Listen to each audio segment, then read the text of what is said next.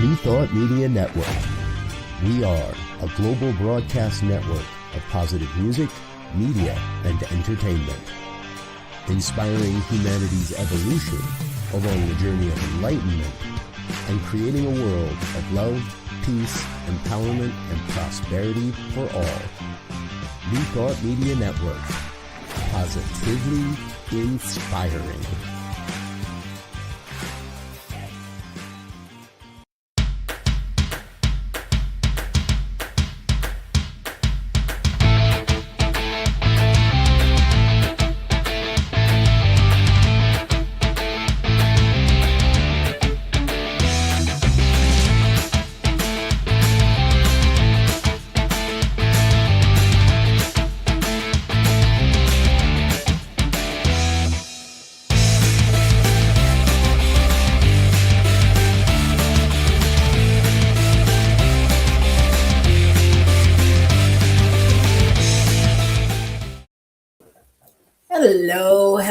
Hello.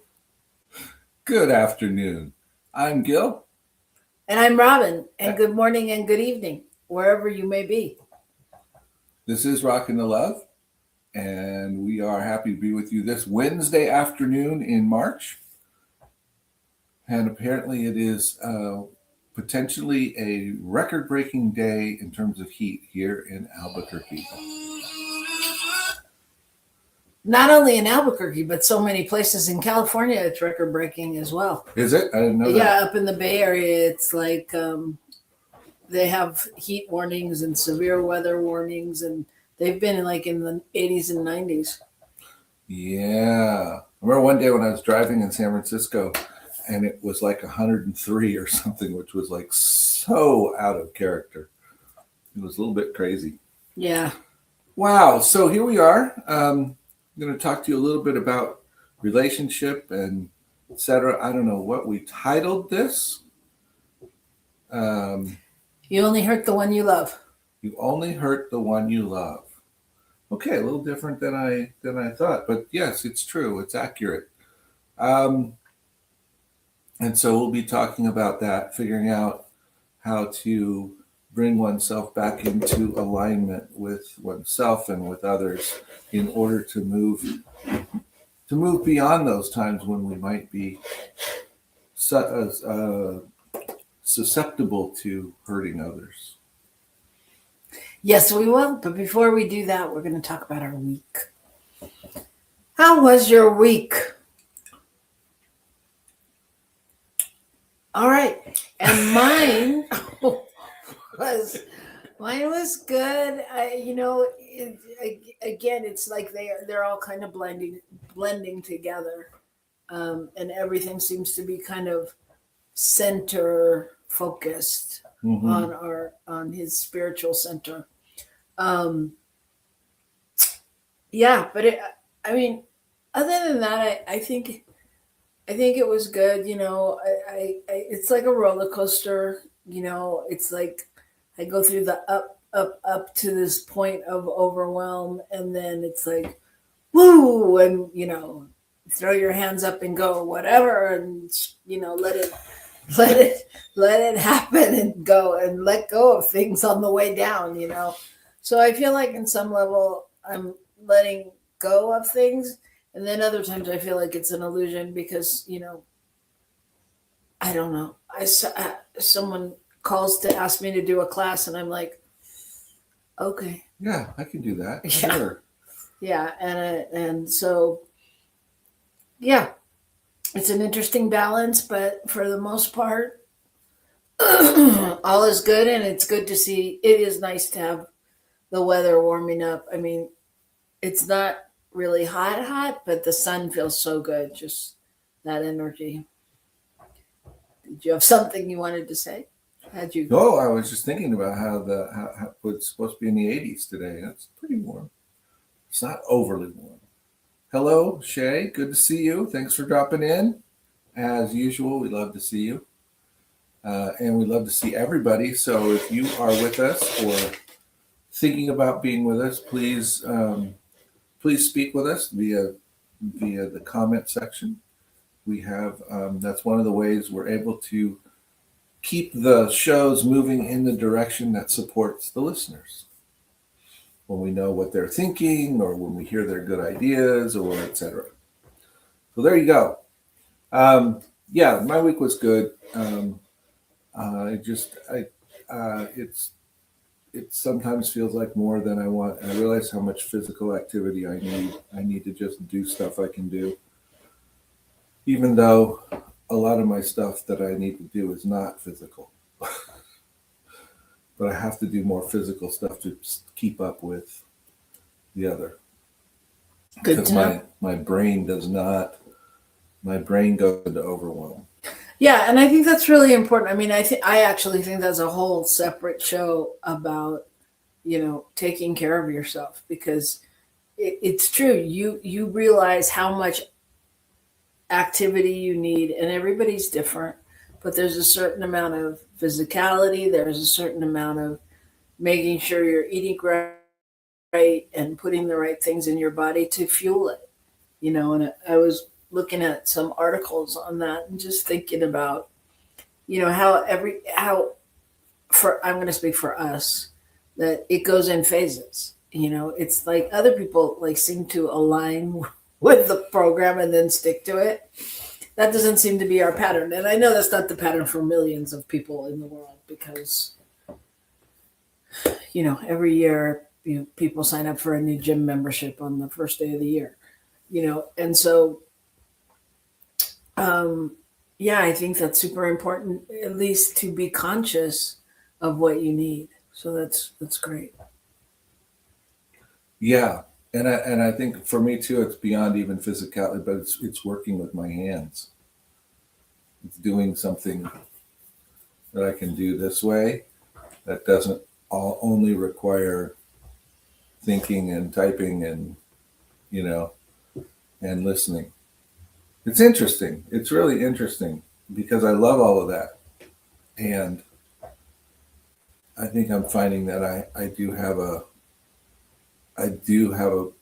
need for balance. Maybe that's it. It's not really that there's a breaking point. It's just that I need to have balance. Yeah. To maintain that. Yeah, and even if it's it's like consistent balance. It's not like work, and then you vacation, or then you get back in the habit of riding your bike, or it's like, how do you blend both? So I think that's a great show topic, actually. How do we blend our needs? Right. But that's not the topic for today. The topic today is you only hurt the one you love. Maybe I should have said you always hurt the one you love. Yeah, because if you only did it, that would be different, I think, too. There you go. You always hurt the one you love. That producer is so quick on his feet, I can't tell you. God, we're grateful for Michael Mangus. And we're grateful for being on New Thought Media Network, which you can support us doing by making a donation, because there it is, the QR code.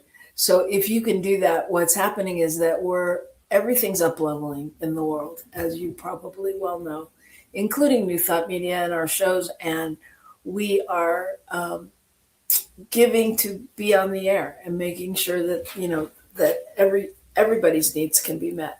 So if you have the opportunity or possibility to be able to do something like that on a consistent basis, that's super helpful. I know we have users who have donated. I know John Chastain has been out there and gotten on a rotation of donating, and I'm sure there's others. And if it's not you, you know who you are, and we'd love it if you could. And my producer is chomping at the bit. I think he has something to say back there. Maybe he's just adjusting. Maybe he's just chomping. No, I'm just chomping. Excellent. Okay. Well, I know how passionate you get about this giving thing, so I didn't know. Oh no, I'm not. What do you want? No. I'm going to let you do the fundraising for right now. I'm just busy, here at New Thought Media Network, here at Central Studios. There's all kinds of stuff going on. So, yeah. So All right. I'm going to let you do the fundraising. Yeah. But again, if individuals can please help the show, we'd really appreciate it. Just go to the QR code. And again, just do your very best. And, whether it's $5 or 10, we're looking for, again, some committed donors. $5 to $10 a month is good to start. We're looking for people again, for this show. We're looking for 4 people to give at least $25 a month in benefit for this show. And again, the money does go into New Thought Media Network's general fund. But again, you can help us find, again, the QR code's maybe up there or up there. That's where it is. All right. I'm done. Thank you. Okay, thank you. Bye. Anyway, so that's the story. So we will be talking about that after our break. But for now, it's time for the good news. Share with the good news what you've got, brother man. Well, I found an article about a lady who is a waitress, and she's an immigrant to our country, and she has served more than 270,000 meals to homeless people in Florida over the last 15 years or so. Wow. She started in 2012. And she started by just, buying a little bit of stuff herself and making 20, 30 meals. And then she increased it. And her family's helped. And then she eventually got other businesses to participate in donations and, created a nonprofit. And right now, she feeds around 175 to 200 people on like a daily basis. Wow. Yeah. So when other places were shutting down during the COVID time, she actually increased. She was serving around 600 meals then. Wow. Because everyone else had closed down. It's crazy, but it's a vision of this one person who decided that she could make a difference. And instead of figuring out why she couldn't do it, she just kept doing little pieces and started where she could, which was with the first 20 or 30 people she could feed. She couldn't start with 600 meals. That wasn't going to work. But she could start with where she was and figured it out. And I think that's pretty cool. That's very cool. It's encouraging for the rest of us who don't want to start things till we know we can do it really big. Right, or do it the right way. Right. Oh, you got to watch those immigrants. Yeah, that's great, and that's amazing. My story is about a man named John Bradford, who's the visionary and founder of Phyto Alert. And he has a mission of wanted to create a product that was a part of a social mission where he would make it free to every pet owner in the hopes that everyone in the world would sign up. I mean, everyone in America so far anyway, that your pet and it's an extra layer of protection when your pet gets out. And the reason that this story spoke to me is because I don't know if any of you all have that, like that next door feature in your neighborhood where it tells you the news of what's going on and people put their stories up there. I can't even open it anymore because everything is about a lost or a found pet. And everything is a story about that. And I'm like, what's wrong with people? Why don't they fix their gates or whatever's happening, but it's always like their cat or their dog snuck out in, some way. And so, and being pet owners ourselves, we know that question can be asked of everyone because we all know that our pets are smarter than us.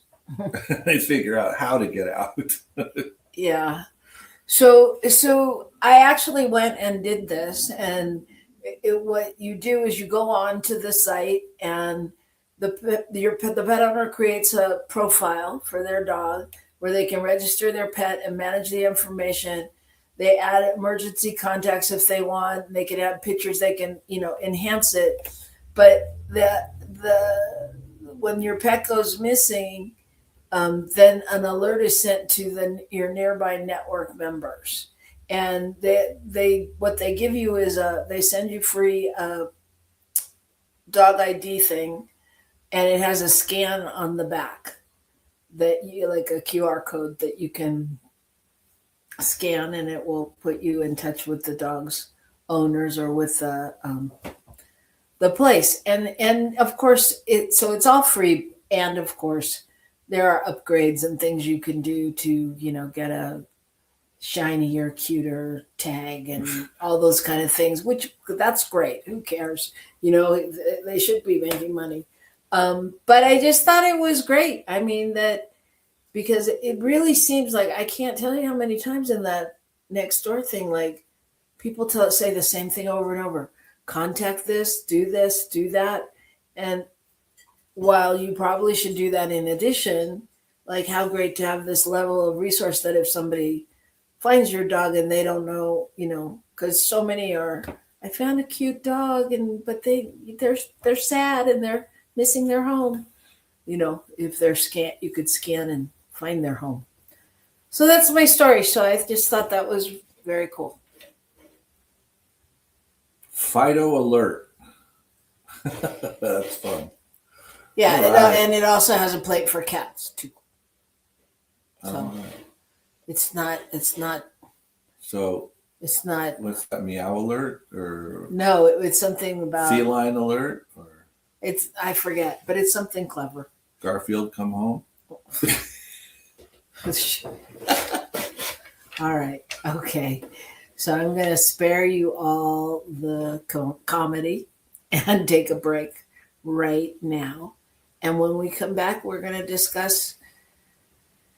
We're going to discuss what he said earlier, and that you always hurt the ones you love, and just about how do you recalibrate, how do you get back in sync when you're off track, so to speak. So don't go away. Come right back here to New Thought Media Network.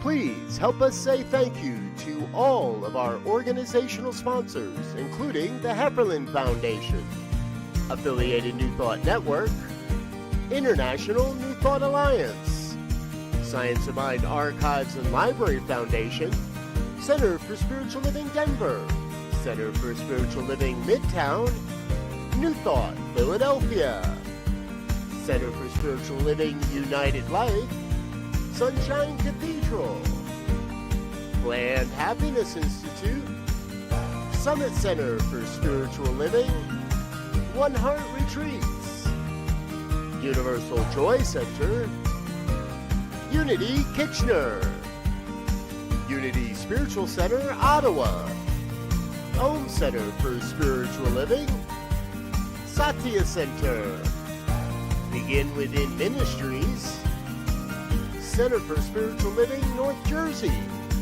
Unity of Savannah, and the Center for Spiritual Living Seattle, as well as all of our individual donors. On behalf of New Thought Media Network, thank you, and please like, share, and subscribe. New Thought Media Network, come be you. Come expand your spiritual journey. Join us for Just the Talk, Sundays, 1 p.m. to 6 p.m. Mountain Time. Experience Unity Kitchener and Ottawa. Center for Spiritual Living Midtown, Center for Spiritual Living Denver, Unity of Garden Park, New Thought Philadelphia, the Sunshine Cathedral, Unity of Savannah, and the Om Center for Spiritual Living. Come unleash your spiritual potential with New Thought Media Network.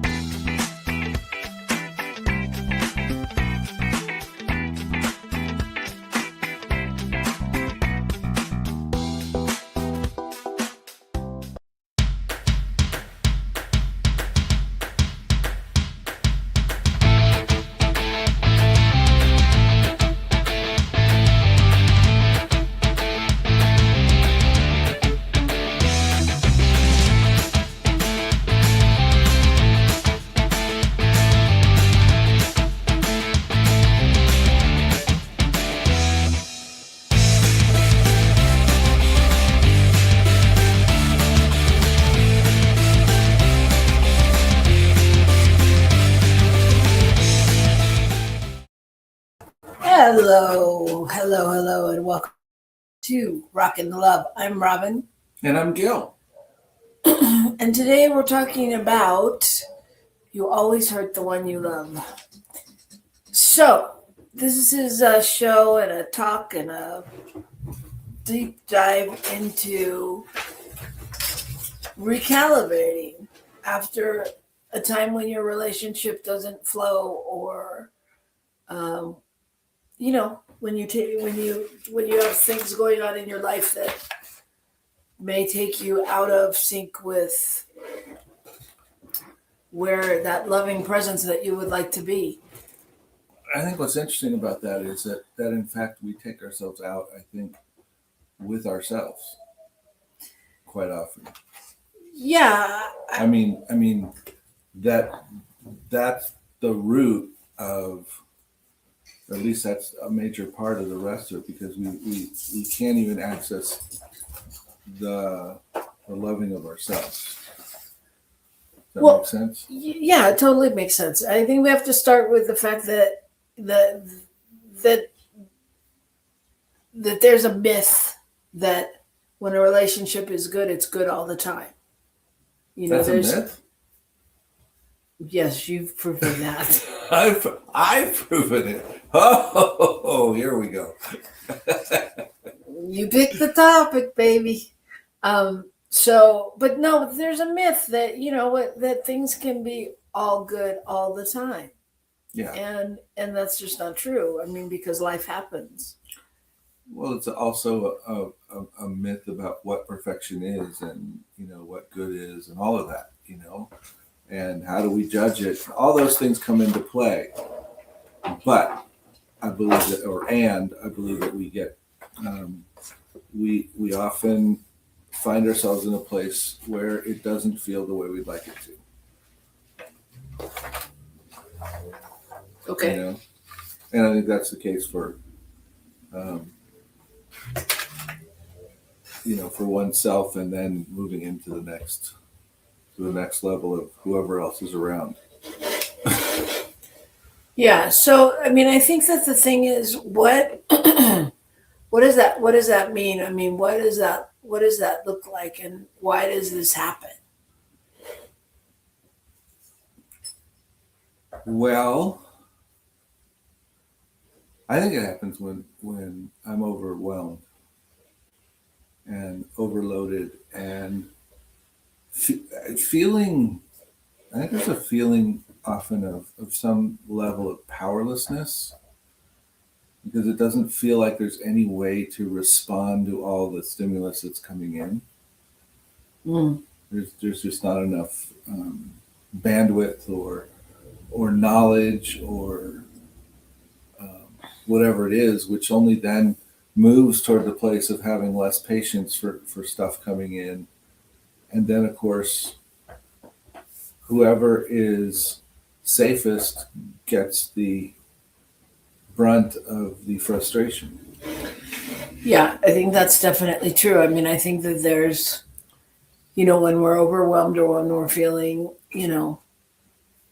emotionally backed up, like we have unspoken fears and pains and things, that it gets messy and it leaks out sideways, Yeah, and I think too, I hold a lot of stuff in. We hold a lot of stuff in. We hold a lot of things in, thinking that it's not really safe to share them. And I think that contributes to some of this, because it feels like we can't get to the root of what we're feeling. Mm-hmm. We can't really go there, because it's not going to be okay, or it's not nice, or it's whatever it is. And often it may not sound nice, but that's not really the point. Well, no, but I think you touched on the point, in that it's really about learning to recognize the signals and name what's happening. And so when you're feeling a certain emotion, overwhelmed, out of sorts, whatever, like if you can name it within you, then you can at least return to a space of connecting with your real intention rather than going into battle. Right. Right. And I think, in some ways, well, I'm sure in many ways, we all create our own overwhelm and tension in the sense of there are things that we don't deal with along the way. And then when we get overwhelmed, it just comes out without the same kind of love and grace and compassion that we might normally communicate with, because there's a pressure that feels like one isn't in control and is trying to regain that control. I think that's technically what we're doing when we lash out. I think regain many control. times, I think there's other things besides, I mean, yes, control, but like you said, it's control of yourself. Mhm. It's finding your inner space. Yeah, because I feel out of control. This happens. So yes. And when you feel like that, your internal system is at a place of like overwhelm and capacity, and even like a tiny thing feels like pressure. So even when you're at capacity and I'm trying to help by saying, do you want me to make that phone call or something, that brings you more stress. And then the closest person becomes the release valve place where, whatever happens, happens.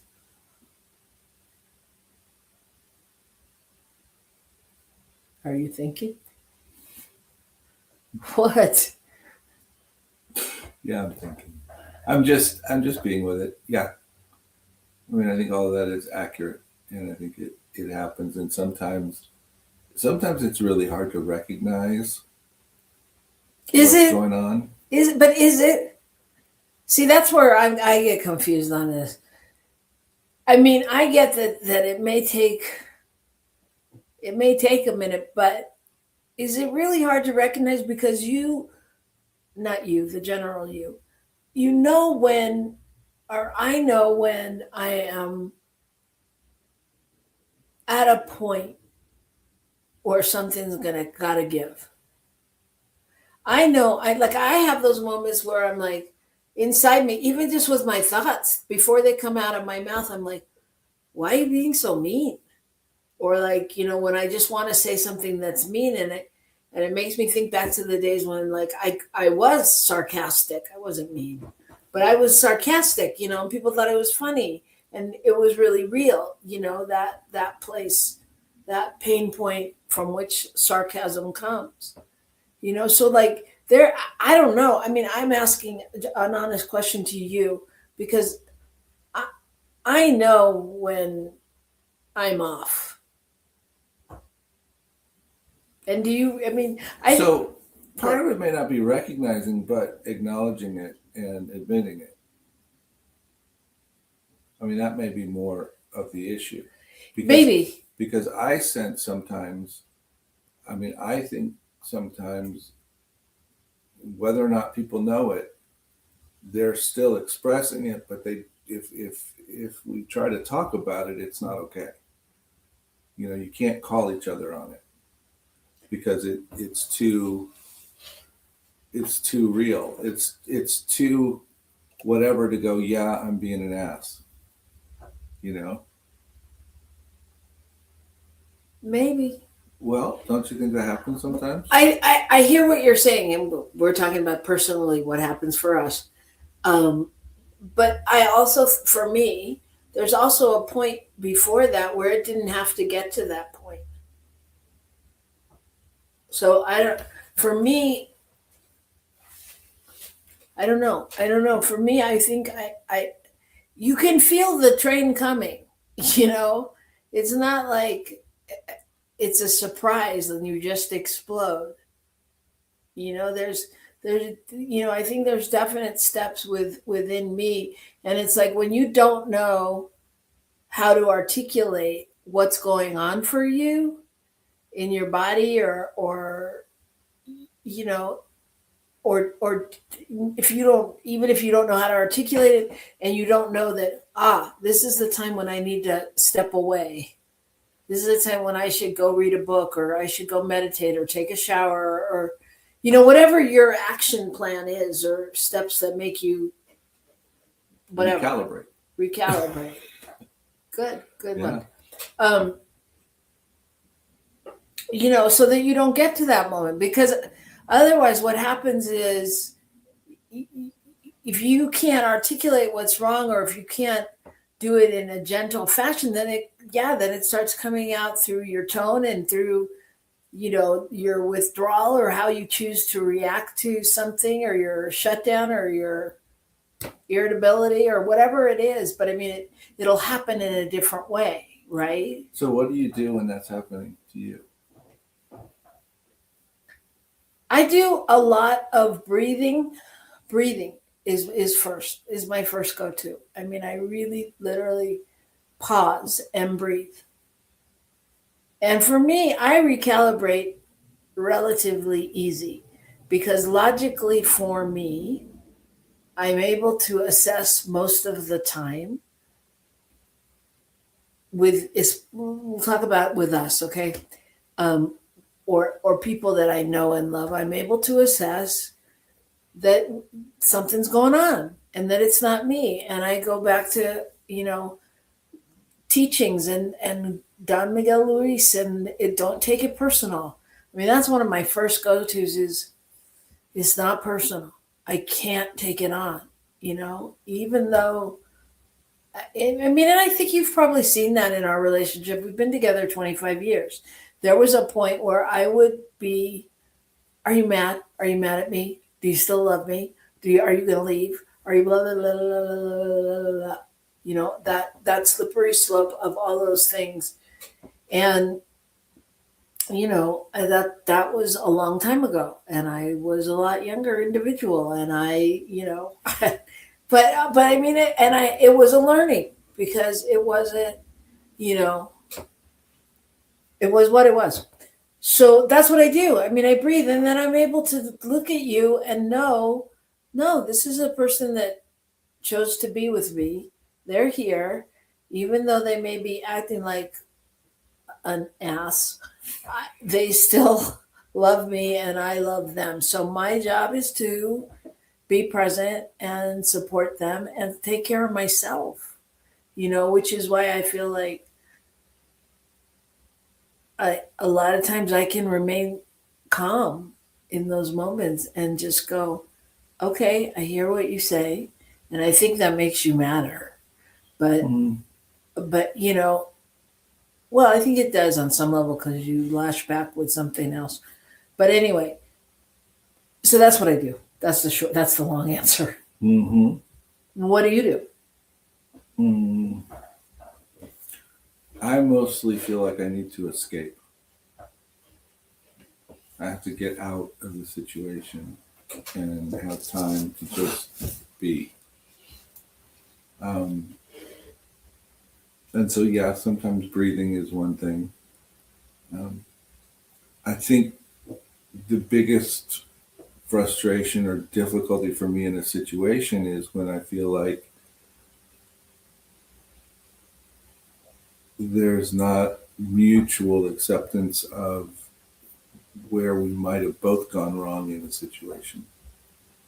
And I think it's not always true that both people have gone wrong in a situation, but in the cases where it is, sometimes it feels like there's not an acknowledgement of that. And I don't know why that's so important,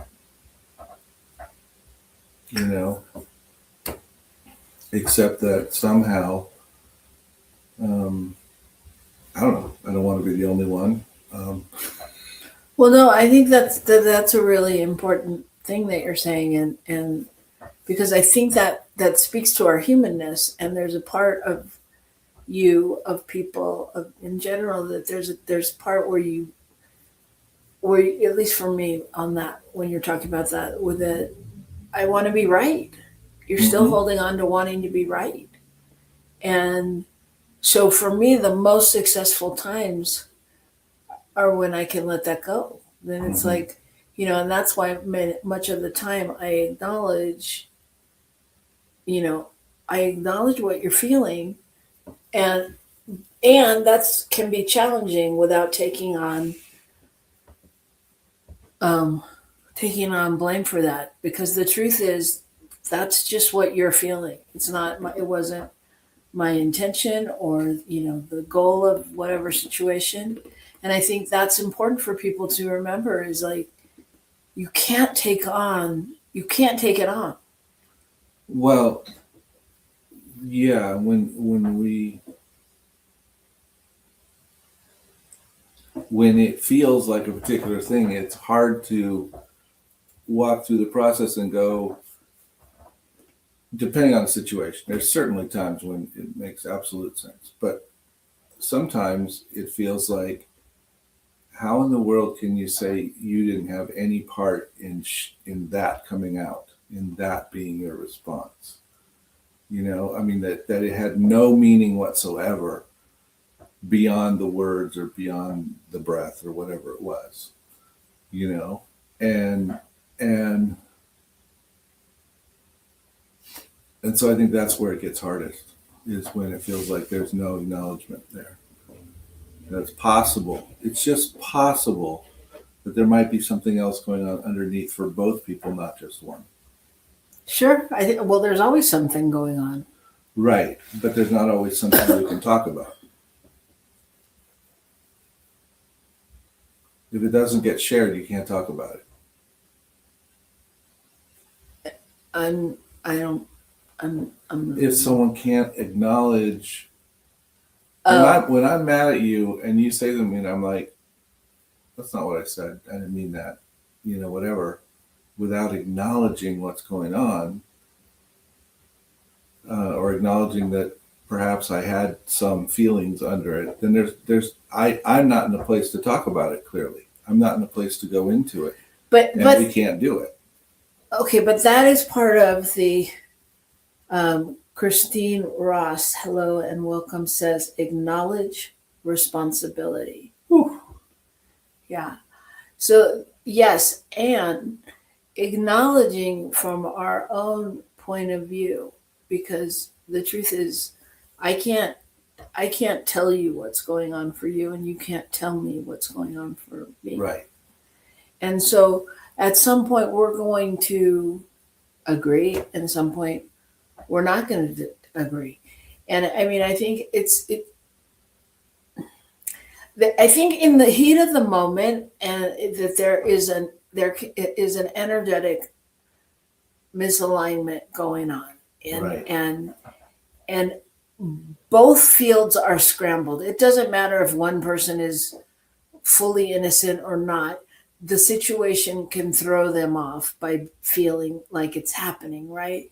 And so at that point, it becomes that we're not reacting to each other.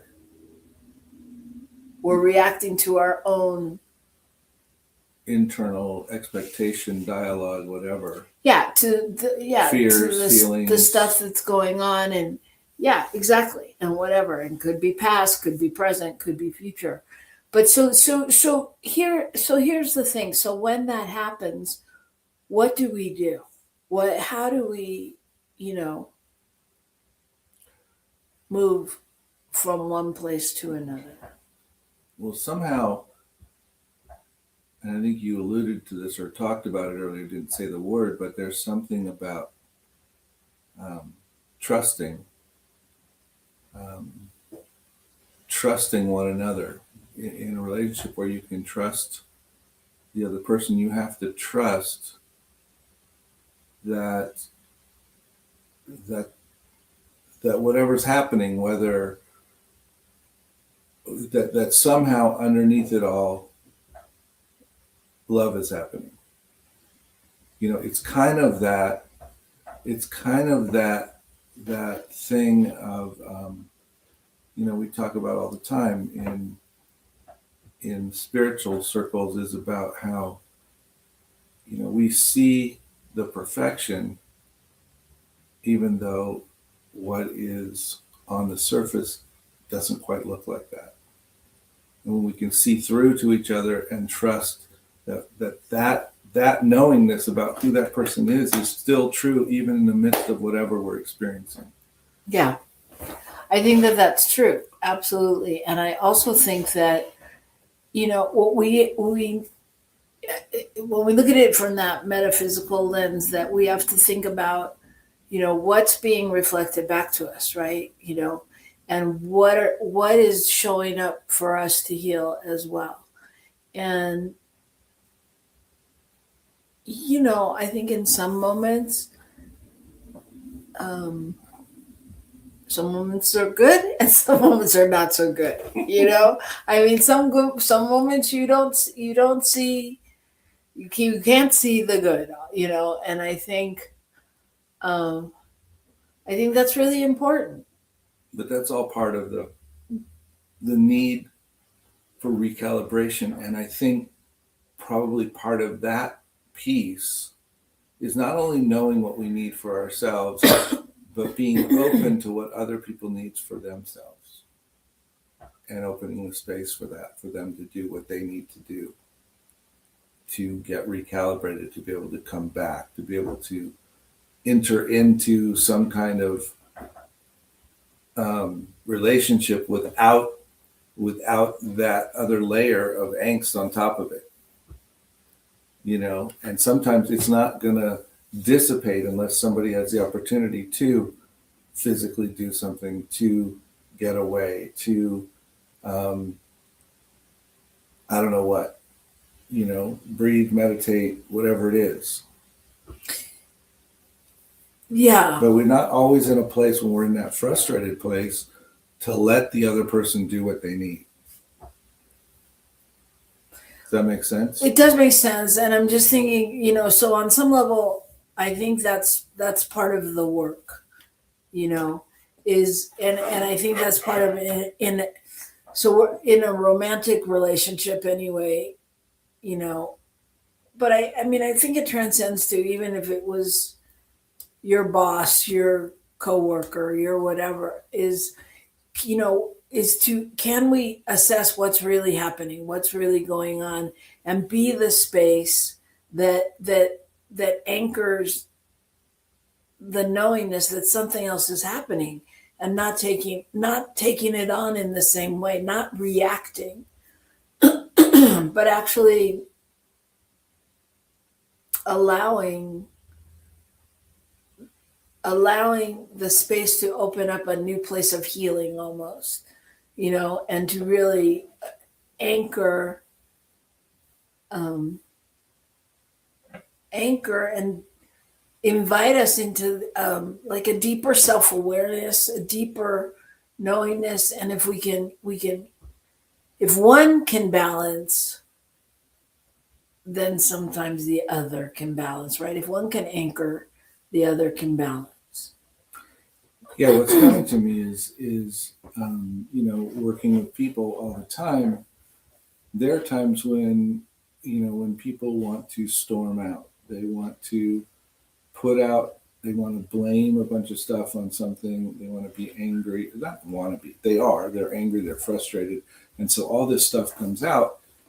And I've learned over the years that if I respond to that out of what's in my head at first, and if I were to shoot them back an email or say something to them in person, rather than letting them speak their mind and move, then we end up in a situation where there's permanent damage, or at least there's ongoing damage, versus when I can go, okay, well,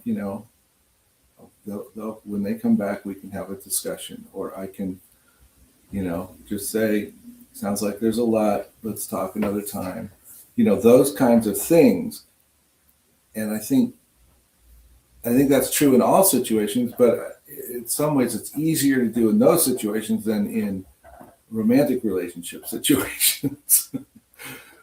But when we can, if we're in a work situation where we respond immediately to someone's upset, then we're likely to end up with poor results. If we can give some kind of space for them to be angry and go on, then we might come to a place of working things out later.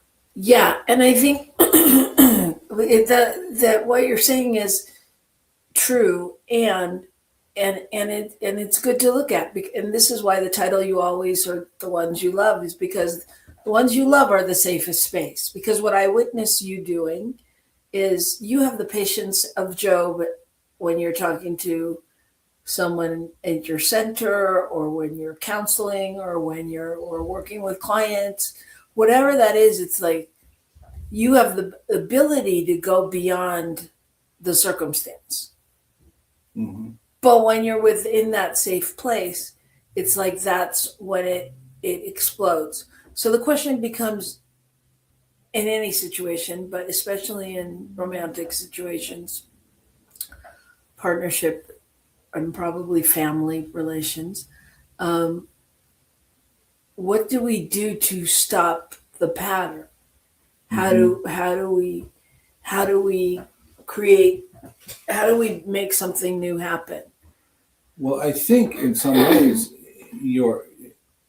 if we go back into your description, part of the issue is that I don't process, or one might not process, the things that they need to in order to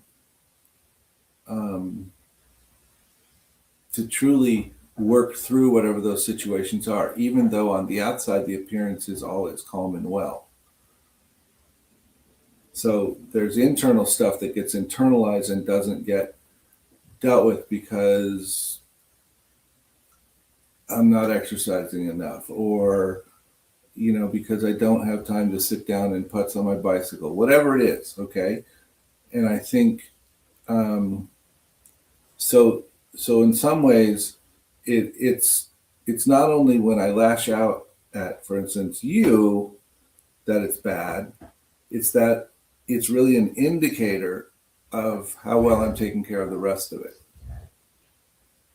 So yes, it's likely to come out on the person we love, but the reality is it's more of an indicator of how we're handling our whole life. Yes, I agree. And I think it's also part of the processing, because it is the one you love, you can process, and we're going to process at some point. So I think just in general, how do you stop the pattern? You pause the pattern by just, being able to acknowledge and feel in yourself that I'm overwhelmed. And if you can say that, it changes the conversation on some level. If you can acknowledge, I'm overwhelmed, this isn't about you. Then you can go forward having a discussion or a conversation. And if you can, name, even if you do this internally, but if you can name the state of what you're feeling, and instead of telling the story about it, if you could just say, I'm overwhelmed, I'm not myself today, I'm worried about work, whatever that is, whatever's going on, and and not go into the more. Does that make sense?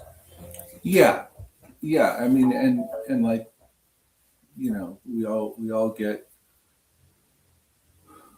the bad news, the sad news, the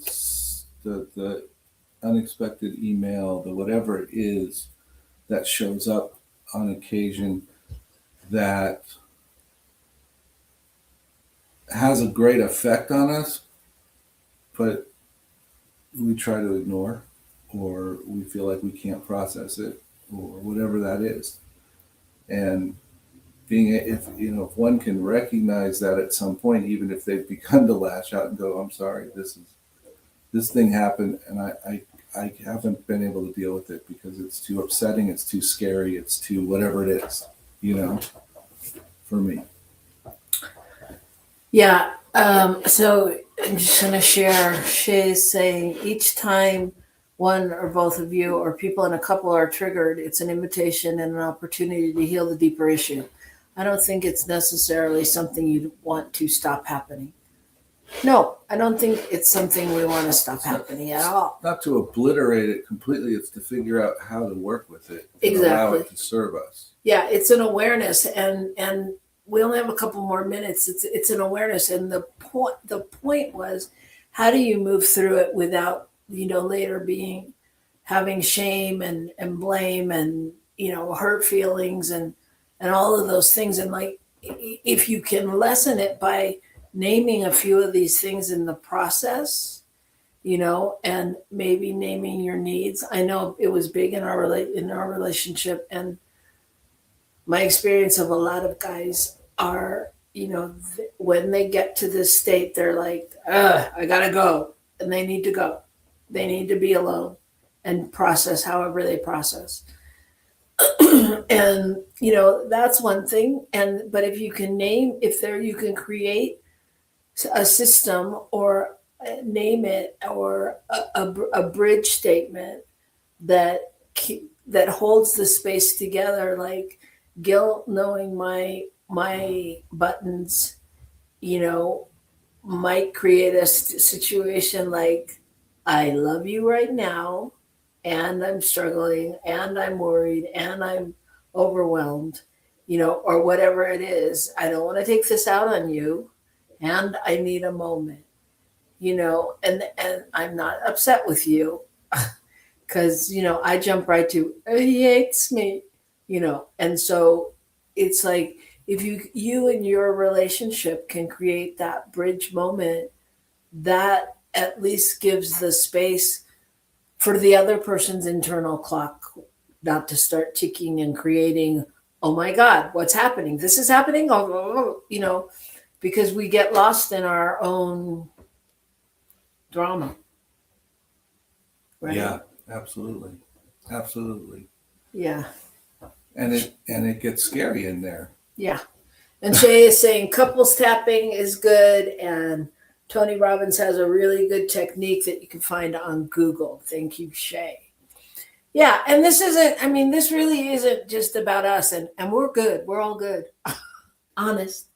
So, but it just is a conversation about, about that. And I know it happens in many relationships, and how do we repair without, that shame and that having to, come in and drag your tail or bring flowers or make a really great dinner for the other one or whatever that is.